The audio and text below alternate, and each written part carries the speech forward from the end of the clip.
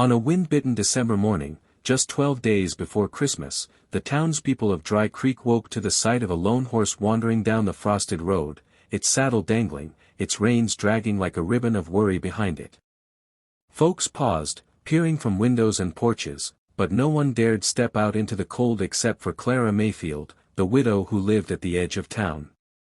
She had known hardship so long it seemed stitched into her shadow, yet she never ignored a creature in need. With her worn shawl wrapped tightly around her shoulders, she approached the trembling mare and gently gathered the reins. That was the moment her life quietly turned towards something she never expected. The horse belonged to Eli Turner, a cowboy known mostly for living alone, drifting from ranch to ranch, leaving little behind except boot prints and the faint smell of campfire smoke. Clara had seen him only twice, once at the general store, once riding past her house at dusk, but she remembered his kindness in the way he tipped his hat to her boy, Samuel. Now, seeing his horse without him sent a cold prickle down her spine that had nothing to do with winter. She followed the mare's trail through the snow, her boots sinking deeper with every step, until she found Eli slumped in a ditch, shivering violently, his face pale as the sky before dawn. Clara didn't have time to hesitate. "Samuel," she called to her boy, who had followed at a distance. "We need to get him inside." Eli was burning with fever, barely conscious, whispering something about chills and a long ride from the northern ridge. Clara knew pneumonia when she saw it, her late husband had suffered the same. Somehow, with every ounce of strength she and Samuel had, they brought Eli back to the warmth of her small cabin. She brewed broth from the little she had, laid warm cloths across his forehead, and prayed with a desperation that felt familiar. She had lost so much already, she wasn't ready to lose someone else if she could help it. But the real dilemma came at dusk, when the wind howled like a choir of ghosts and Clara saw Eli's 2 horses, his mare and a packhorse, standing outside her window, their breath rising in silver clouds. She only had enough hay left to keep her own mule fed through the week. Feeding Eli's horses meant dipping into her winter stores, risking hunger and hardship. Yet when she stepped outside and saw the animals stomping their hooves in the cold, she remembered the way Eli had whispered, even in his fever, "Help my horses, don't let them suffer." His first thought had not been of himself, but of them. Clara felt a pang deep in her chest.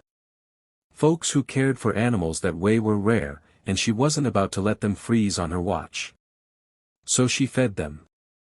Every morning before dawn, Clara trudged into the cold to break the ice on their water, brushing frost from their coats, whispering apologies for the small portions. Samuel did what he could too, though he would often look toward the feed shed with worry, aware of what little remained. For days, Clara tended Eli and the horses with equal devotion. Slowly, his fever eased, and on the 5th morning, he opened his eyes fully for the first time. Confusion clouded his face. "Where am I?" he croaked. "In my home," Clara answered softly. "You took ill. Your horse found me." Eli tried to rise, but the pain forced him back. "My horses, are they?" "They're fed," she said, though not mentioning the sacrifice behind it. Eli stared at her with a kind of bewildered gratitude she wasn't used to seeing. She was a poor widow, one most folks in town hardly noticed anymore. But Eli looked at her as though she had pulled him back from the grave. And perhaps she had. As he regained his strength, the cabin filled with the quiet but unmistakable warmth of shared humanity. Eli helped Samuel carve a small wooden star for their weathered Christmas tree. Clara caught him fixing the cabin door hinge one afternoon, humming a tune she didn't recognize. For the first time in years, the house didn't feel lonely. Yet just as the feeling began to settle comfortably around her shoulders, like a second shawl, something unexpected happened. On Christmas Eve morning, Clara woke to the sound of hooves, but not the gentle shuffle of a horse waiting for feed. This was a full gallop. When she hurried outside, Eli was gone. His horses, once frail and cold, were saddled and strong, their breath swirling proudly in the crisp air. He had left before sunrise, left without a word, without a trace. The barn door swung open on its hinges, and Clara felt a sting she hadn't expected. She knew he couldn't stay forever, but she had thought he would at least say goodbye. Christmas Day came quietly. Clara cooked a simple meal, humming a carol to push away disappointment. She told herself she had done what was right, and kindness didn't guarantee return.